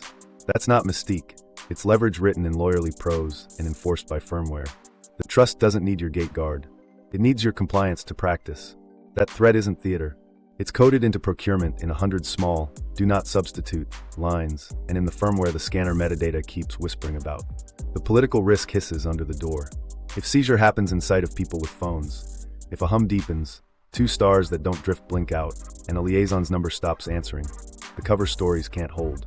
Balloon studies don't explain a hum you feel in your teeth. Congressional staffers would ask questions with cameras pointed the wrong way.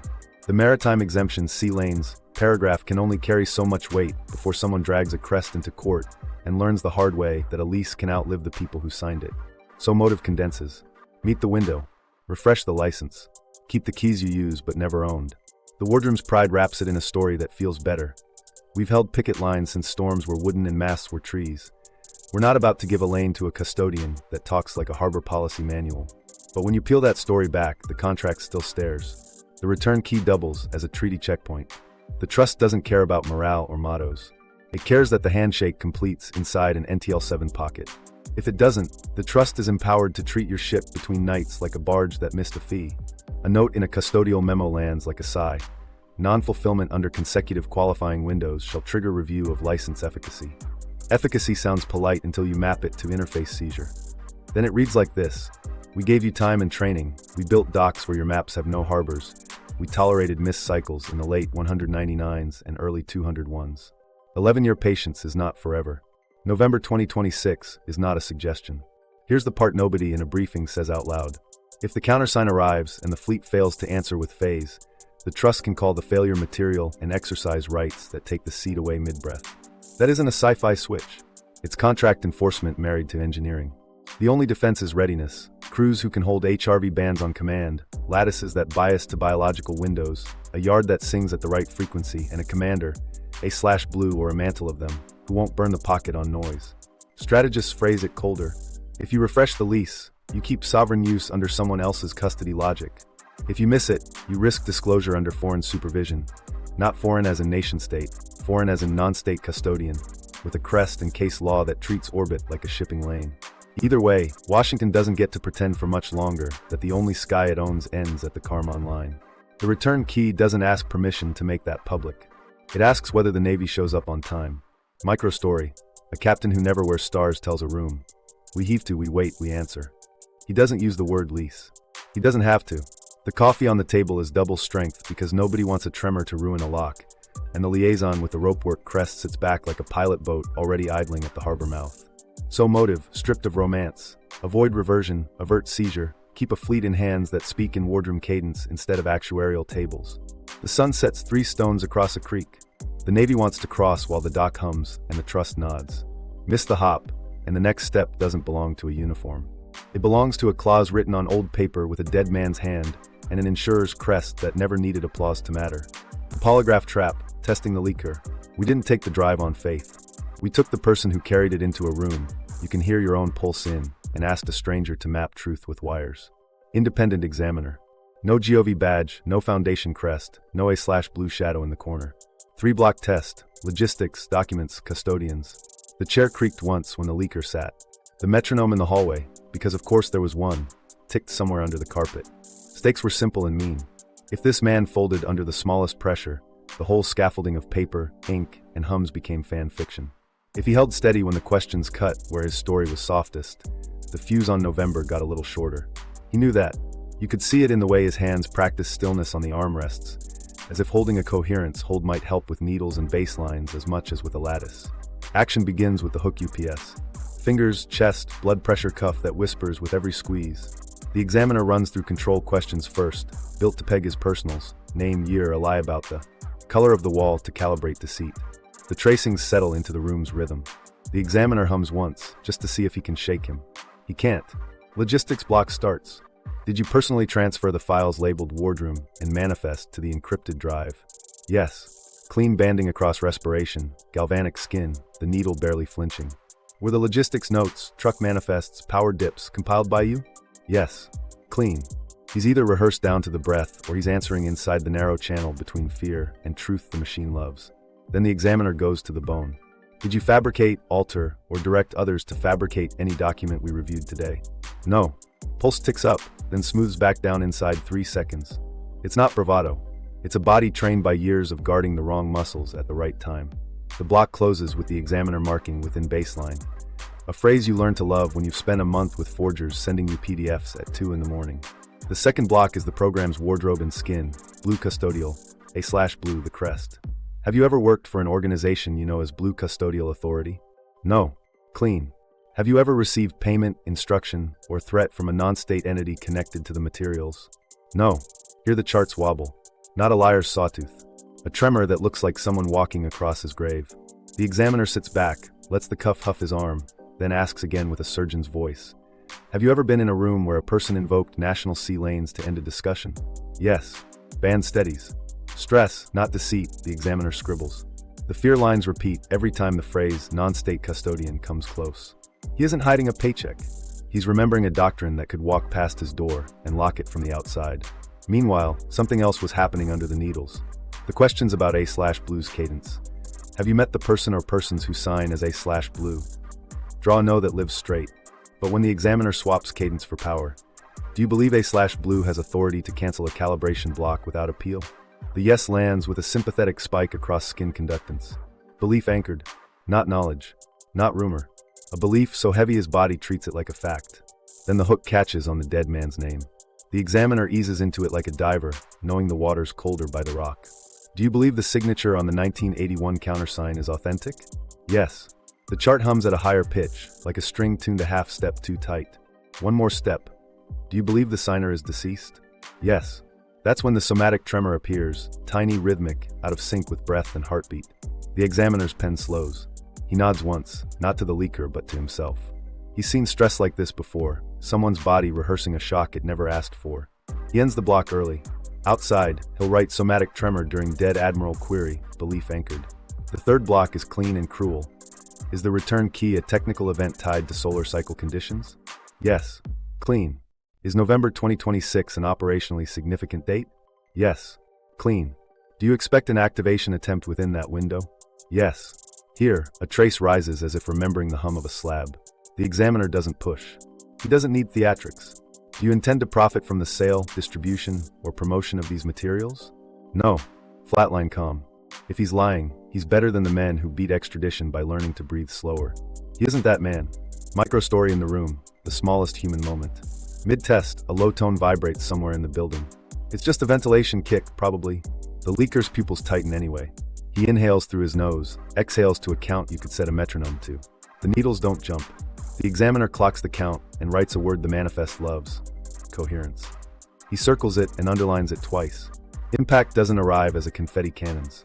It arrives as a report with stubborn adjectives. Clean on logistics, consistent truth bands, elevated stress on non-state custodian references, fear response, somatic tremor during dead Admiral, belief anchored.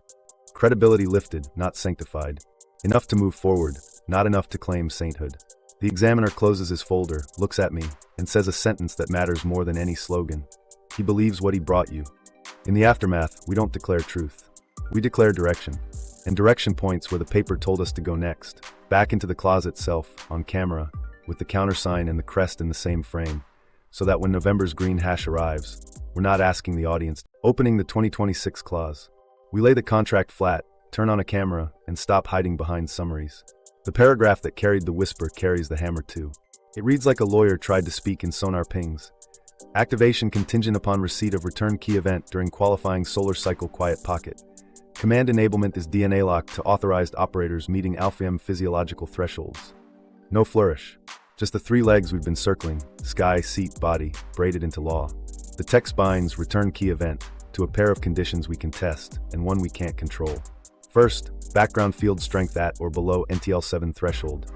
The solar hush we've tracked across green hashes into November 26. Second, control lattice phase alignment verified by interface telemetry. The machines nod. Third, authorized operator coherence maintained within permitted variants. That human band HRV locks when asked. The clause doesn't name heartbrain or mitochondria. It doesn't have to. The medical protocol did. Together they read like 2 parts of 1 sentence written in 2 rooms that never met on paper by design. Then the countersign page. Lower right corner carries a crest that never once says space. It says water. Ropework, a shield, a Latin motto tucked under an insurer's name that started underwriting ships before rockets had fins. The stamp bleeds into the paper like it sat on a desk when leather chairs were still allowed to squeak in command posts. Above it, initials that match the same hand are forensics mapped across a custodial memo and a logistics order. The top line names the authority as Blue Custodial Maritime Trust, acting per deed of 19, and cuts off under a smear that looks like a finger dragged across wet ink. You can almost hear someone say, "That's enough," and pull the page back. We cross-verify vocabulary. It's nerd work that saves you from myths. Terms like general average appear exactly the way old Admiralty law uses them. Losses and salvage shared across parties when a ship's saved by sacrifice. Here, the ship isn't wood. It's control interfaces. If a seizure occurs, the costs distribute along lines nobody in a Senate hearing will enjoy hearing out loud. Elsewhere, extraterritorial engagement sits beside non-state contact protocols, a pairing that crawled out of a brief we dated to 1981, complete with the same odd comma placement a particular Navy legal shop favored that year. You don't get these echoes without lineage. Now the line that lives outside paper and breathes in hangars. DNA-locked command. We treat it like metaphor until you read the annex. Authorized operators shall be verified by maternal line haplogroup profile meeting designated ionizing resilience indices. Interface enablement requires coherence variance within instrument tolerance under rotating field exposure. In plain speech, your mother's side writes your key, your heart holds the door, the seat listens for both. We lay the annex beside the medical protocol from a decade later. Different fonts, different vendors, same skeleton. The crosstalk between law and lab is the part hoaxes miss. Here's the reveal the custodians never meant to stage. Ownership isn't listed as agency. It's listed as trust. Legal title to control interfaces and associated lattices shall remain with custodial trustee under maritime deed. Operating license granted to designated national authority for limited terms upon return key fulfillment. Operating license, not ownership. It's why the crest on the countersign belongs to an insurer that has nothing to do with satellites and everything to do with ships that sail under flags they don't technically belong to. That's where the whispers about Ben Rich find a chair. "We already have the means," he said at the end of his life. "But these technologies are locked up in black projects." Locked is the right word. Not locked away. Locked to. You can almost reconstruct the bargain. A maritime trust old enough to write policy in quills takes custody of a technology wrapped in latticework and loans it on the same terms tall ships once sailed under. You may use it, but you don't own it. You may steer it, but the harbor master holds the keys when the weather asks a question. The Navy, which knows harbor masters better than any other branch, builds a culture that can live with that truth. Salutes to empty chairs, commands signed with slashes, coffee rations doubled when morale dips. Meanwhile, the countersign page lets that arrangement persist across administrations by never naming an administration. We flip to enforcement. On repeated non-fulfillment of return key under qualifying windows, custodial trustee may exercise interface seizure or license termination without recourse to forum of convenience. The line forum of convenience is a dart straight through the heart of politics. It says, you don't get to pick your court. It says, you don't get to run out the clock on discovery in a venue you chose. Pair it with seizure, and the message stops being a hint. If you miss November and miss again, you risk watching hardware go deaf at the worst possible moment. A micro-story lives in the margins. Someone's same hand as the wardroom coffee note, underlined license termination and wrote, "Not on my watch." It's bravado that smells like diesel and old rope. It's also the only sentence in the folder that sounds like a human refusing to be paper's puppet. We circle back to the human beat this clause turns into policy. Recruits weren't joining the Navy. The Navy was sponsoring their signatures under a lease. Families weren't sending sailors to sea. They were signing into a contract that treated a child's heartbeat as both biometric token and comms filter. The trust didn't have to recruit. It had to verify. The Navy did the rest. Now pull all the threads tight. The crest in the corner. The dead hand's initials that match the 1981 memo. The maritime vocabulary wrapped around a lattice that hums in a desert dock. The Alpha-M annex that pretends it's just a footnote while dictating who gets to touch a seat. And that line from a dying skunk works chief about means we already have but can't share because they're locked. The lock isn't a padlock on a hangar door. It's a maternal line, an HRV band, a solar pocket, and a trust deed stamped in rope. We close the folder with the only question that matters before November asks it for us. When A/blue says hold for green hash. Whose clock are they watching, ours, or the one stamped under that crest that never cared about applause? Activation day, what viewers might actually see. Here's how it starts if you're not on a list. A knock at 9 a.m. that feels too polite for a weekday, a nurse on the porch with a smile that doesn't quite reach her eyes, and a wellness check that's really a script. vitals, a soft mention of that old envelope you got months back, and an appointment card slid into your palm for a brief evaluation. It's scheduled inside 72 hours because the green hashes are already on someone's wall. If you're on the list, you don't get the knock. You get a sealed packet in your mailbox, cash folded into a per diem voucher like a time capsule, and staging instructions that say pack light, no laptops, 2 changes of clothes, no jewelry. It reads like a sailing order written in clinic font. Meanwhile, something else is happening in the air above your city that won't look like a launch. Pilots see NOTAMs sprout like weeds. Balloon studies, research flights, land phrases that close corridors and reroute traffic around a wedge of sky pointed inland. Weather balloons don't need TFR arcs at midnight, but the arcs appear anyway, crooked enough to keep curious eyes off a salt flat that hums when the power companies say they're doing maintenance. The closures are thin, an hour here, 2 there. Enough for a drill, not a spectacle. Inside coastal neighborhoods, a quiet pattern repeats. Rideshare cars idle at curbs with blinkers on. Passengers step out with overnight bags that look like they were packed by someone who read a list out loud. Phones go dark as they cross a lobby with a Wave logo on the wall, and a concierge who needs no ID because she already has your number. 2 floors up, conference rooms have been emptied and turned into intake bays. Coffee is double strength. A liaison in a suit that carries a maritime crest in the weave walks a lap and doesn't introduce himself. He doesn't have to. The room adjusts around him. At the basin, the desert pretends it's asleep. Then a power dip ripples across 3 counties without a single substation report filing a photo. Streetlights wink, hums deepen, and anyone who lives within 5 miles of the research pond can feel a low tone in their teeth like a train is coming through a wall. The slab under the dock goes cold in a checkerboard, deep blue squares that hold an impossible chill in thermal cams the utility hobbyists love. Above the anchor grid, inspection strips bathe metal in a hospital white that never spills above the slab's edge. Runway lights along the berm stay dark. The show, if you can call it that, happens below your line of sight. Sky watchers, the ones who log satellites and meteors like old fishermen keep ledgers of tides, start texting each other at 2:14 a.m. 2 bright pinpricks have taken up positions over the flats. They don't drift. They don't wobble. They hang there like someone thumbtacked them to the dark. One watcher sends a long exposure. Star trails curve, planes draw dotted lines, and those 2 points burn steady, small suns stapled to a picture where everything else is moving. He captions it with a date and nothing else. Back in the rehab center that's not to rehab, a drill looks like a breathing class. Candidates sit in chairs that don't roll, hands on thighs, a tech calling cadence under their breath. The metronome cuts, the room's hum steps down a half tone, and every chest in the row breathes to the same count. A nurse watches HRV bands bloom on a monitor and leans to whisper hold, like a midwife coaxing a minute out of a rhythm that would rather go soft. When a band smears, a pencil ticks a margin. When a band brightens, a liaison's eyebrow lifts a millimeter. A door opens down the hall, and a coffee pot arrives like a blessing.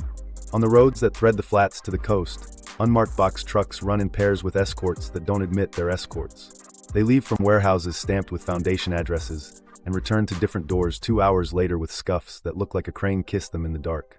At a way station, a state trooper checks a manifest that says Marine Composites, Pond Site, and hands it back without looking up. He's been told it's above his pay grade in a voice that didn't have to raise itself. Local news anchors are the last to feel it, and they feel it sideways. A producer spikes a segment about lights over the desert because the meteorologist smiles and says balloon studies. A caller on a morning show mentions a low hum that set off her dog. The host laughs, then reads a charity promo and tosses to traffic. On a different channel, a utility spokesperson apologizes for brief maintenance anomalies and promises credits on next month's bill. Nobody mentions NOTA marks bending like parentheses around a basin that got colder than physics class said it should. A micro-story from a kid stitching it together before anyone else does. He's in a parking lot behind his apartment complex, filming stars on a phone that can't see stars. The phone audio records a hum his ears don't want to name. He says, quiet, "Do you hear that?" to nobody in particular. Upstairs, his mother folds a letter into a drawer under dish towels because the staging instructions asked her not to tell the neighbors. She salts stew the way the medic taught her child to like it, out of habit. When he comes back inside, he says, the lights didn't move. She says, eat while it's hot. Then the pocket starts to close. The power grid settles. The tones in people's teeth step down into silence. The rehab center's metronome starts ticking again. Above the flat, the 2 stars unpin and join the slow spin of everything else. Cars idle at curbs. Doors open. People carrying the same 2 changes of clothes walk back out into air that smells like the city they left 3 hours earlier. A liaison's number works again by breakfast. If you're not watching for it, activation day looks like nothing. If you are, it looks like a fleet tapping a watch face and deciding it's not time to be seen. Yet. Aftermath, the cost of a kept secret. When the pocket closes and the hum drops out of the walls, what's left isn't headlines.